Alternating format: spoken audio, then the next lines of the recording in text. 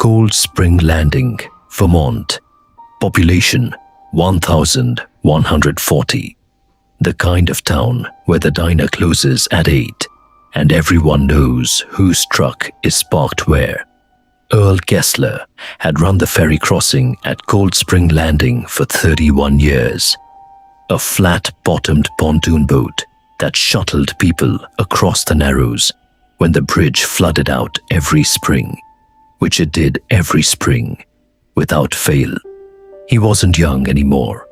His knees ached in the cold, and the cold came early this year, mid-October, and already there was frost furring the reeds along the bank. It was a Tuesday night when Marlene Voss called him. Her father, old Walt Voss, had taken a bad turn. Chest pains, maybe a stroke, she couldn't tell.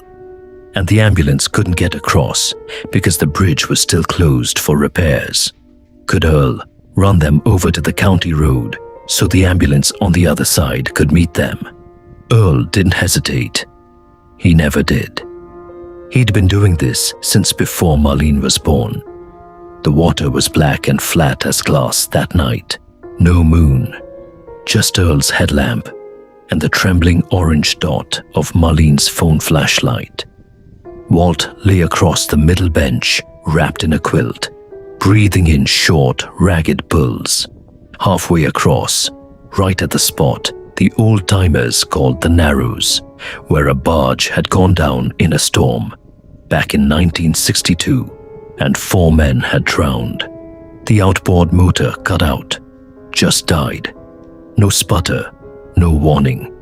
Earl yanked the cord. Nothing. He yanked it again, and that's when Walt, half-conscious, lifted his head and said, in a voice that didn't sound like his own, "She's here. Tell her I'm sorry.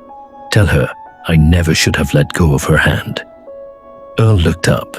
Standing on the water, not in it, on it, the surface perfectly still beneath her bare feet, was a girl, maybe 19, wearing a soaked prom dress the color of a robin's egg, her hair plastered flat and dark against her skull. She didn't move. She didn't need to.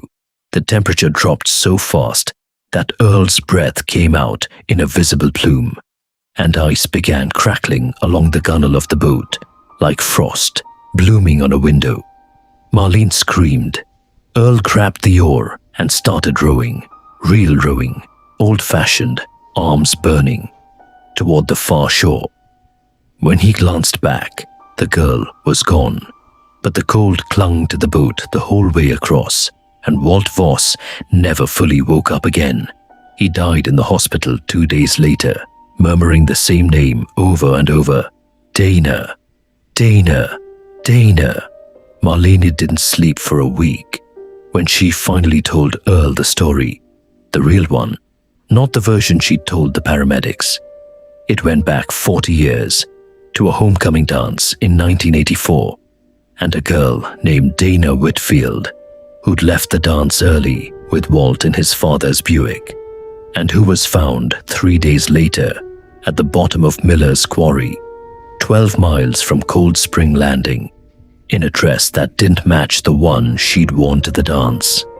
The official report said she'd wandered off drunk and fallen in.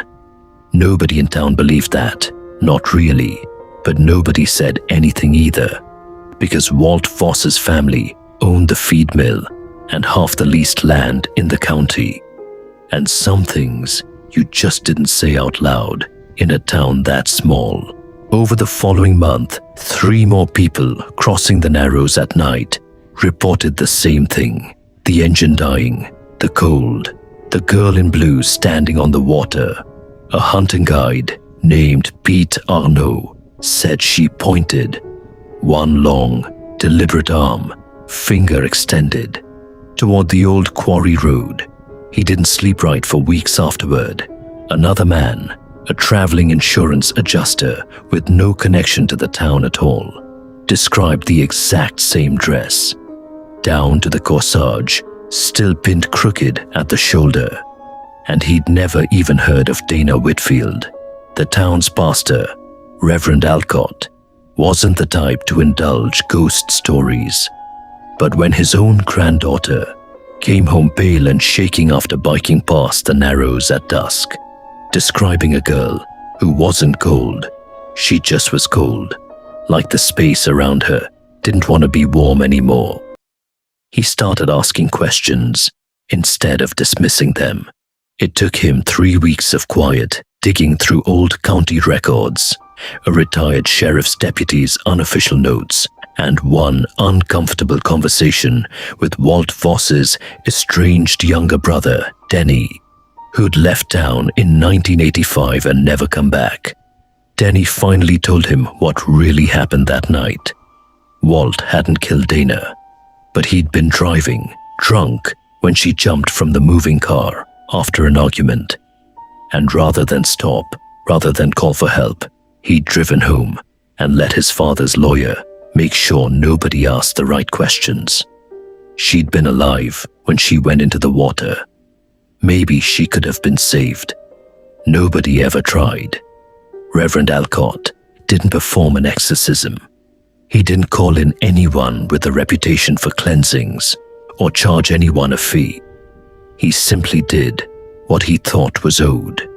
He petitioned the county to reopen the record, got Dana Whitfield's death certificate amended from accidental drowning, cause undetermined, to a case still formally listed as unresolved, and, with the Whitfield family's blessing, had a small stone marker placed at the edge of Miller's quarry with her name and the truth finally carved into it. 38 years late, he held a short service there on a grey Sunday afternoon. Marlene came, Earl came, out of respect, though his knees complained the whole walk up the gravel road. Nobody has seen anything at the Narrows since. Earl still runs the ferry when the bridge floods. He doesn't tell the story much anymore, but when he does, he ends it the same way every time. People think a haunting's about scaring you. It ain't. It's about somebody who never got heard, still trying to say the one thing nobody let her say the first time.